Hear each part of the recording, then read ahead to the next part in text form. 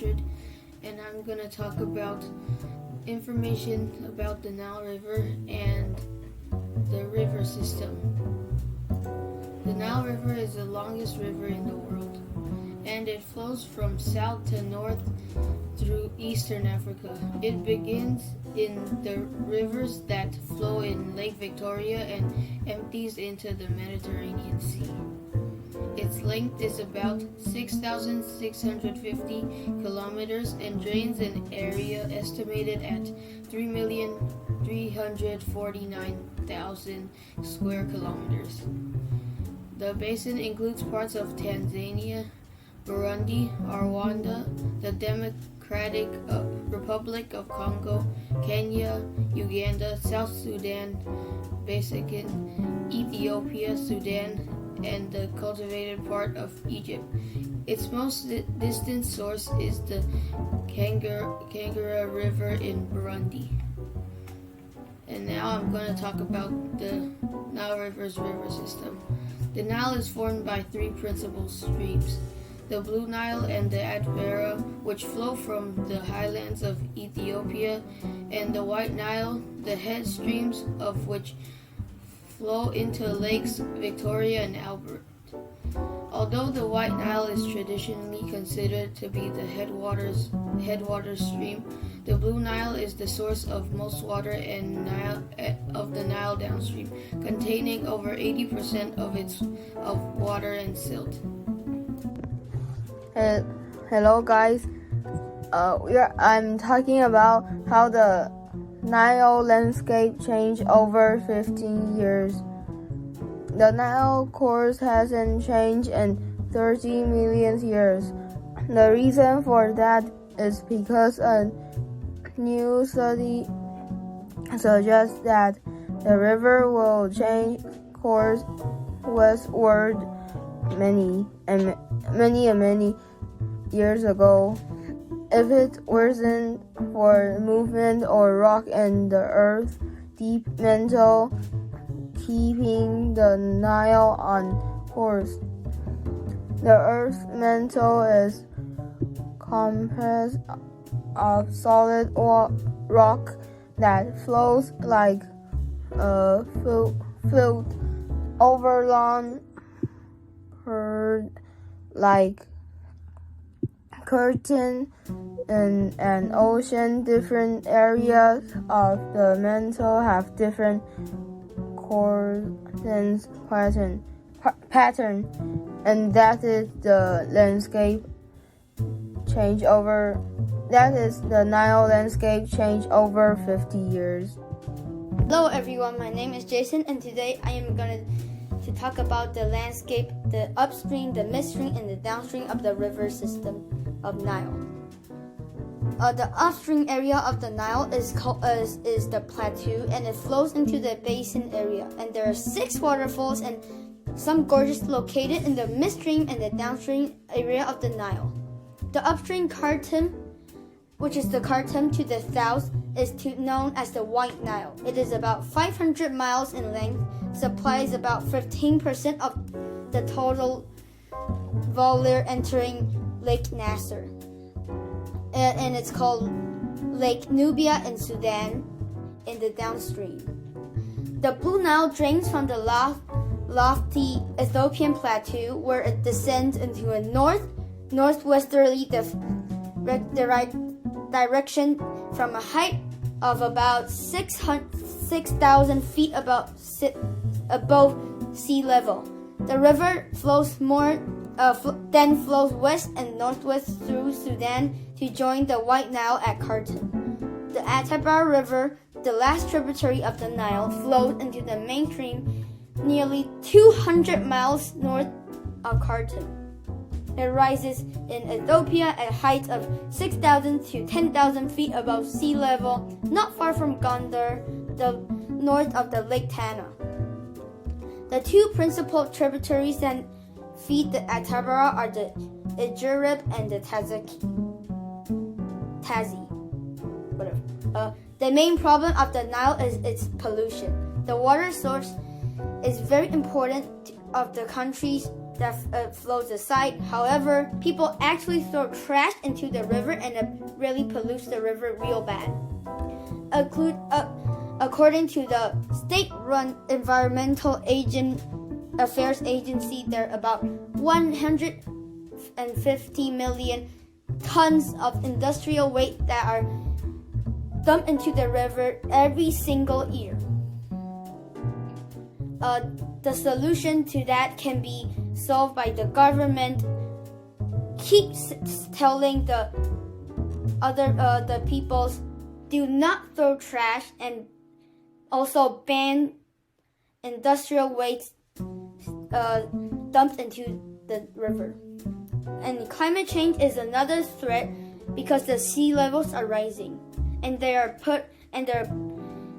push seawater aside the river Nile, which will not just affect the crops and their plants, but also make the people there unable to drink the water that they rely on, because the water is soon going to become salt water, which is undrinkable.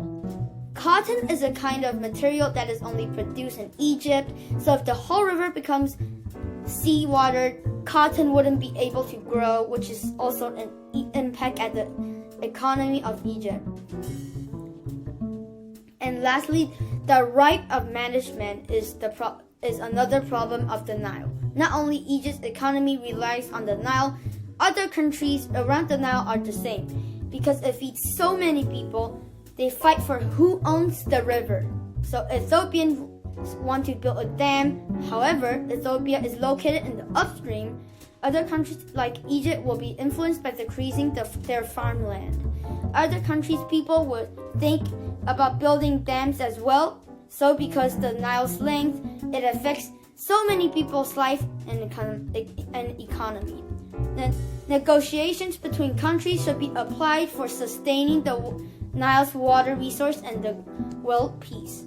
These conditions will change a river that haven't changed in 30 million years until now. Thank you, everyone. Hi guys, my name is Jason, and today I'm telling you how to make a 3D model of the river Nile using clay. So first, we have a styrofoam board, and then we printed out a giant satellite paper map of the river Nile and sticked it on the styrofoam board. And then we brought clay. We brought green clay, blue clay, and brown clay, and you can buy different variations of brown, green, or blue, and that's for your own opinion. Then we started to look at the maps, and then I started to make the mountains, and David started to make the deserts. So the trick for this is actually you have to use small pieces of clay and glue them on the board separately so they have different shapes and they can fit. Then after you glue them on, you can start to shape the mountains or glue the clay to make more mountains that are more triangular. Then I started to help David to build the desert. To build the desert is actually not that hard. It's to put on clay on top of clay on top of clay. It's just like layers. And then after you put on layers, you can adjust the color. And if you want more like white or darker color, you can add other clays to it. Then we started to make the river, the main river of Nile. The river Nile is basically the longest river in the world, and there's two rivers of the Nile. It's the White Nile and the Blue Nile. And when they meet together at Khartoum in Sudan, they form the main river of Nile. For the sources of the Nile, there are Lake Tana, which is here, and then there's Lake of the river, and it's the biggest lake too. Then, after shaping the lakes here, we started to glue the lakes and we started to make the lakes and make the river to more like a line. And then, after we finished making the river, the mountains, and the desert, we started to make country borders. Looking at the Google map, we used very thin tapes of gray, and then we stick those gray lines on the country border lines that were on the satellite map. So we had to shape it and cut it, and then after you cut the country border lines, it's going to be easier for you to know whose country is that and know which country owns like Lake Victoria or what. And then we started to make labels for the countries or lakes or the upflow, midflow, or downflow. So we made the country flags out of yellow. For example, Ethiopia, Sudan, Egypt, and so on. And then, so the country labels are made of yellow. And then, lakes are pink. Orange is the river, and green is upflow, midflow, or downflow. And you can choose whatever color, but I recommend you to use different colors other than all the same color, because it'll be easier to recognize. Lastly, we started to make those little bowls out of styrofoam when we wrote very important cities around Nile. For example, Luxor, Aswan, and a lot of other countries that are beside Nile, and it's very important. Then we made the dams out of nails and labeled the dams. For example, Aswan Upper Dam, Aswan Lower Dam, and the Nile Dam, and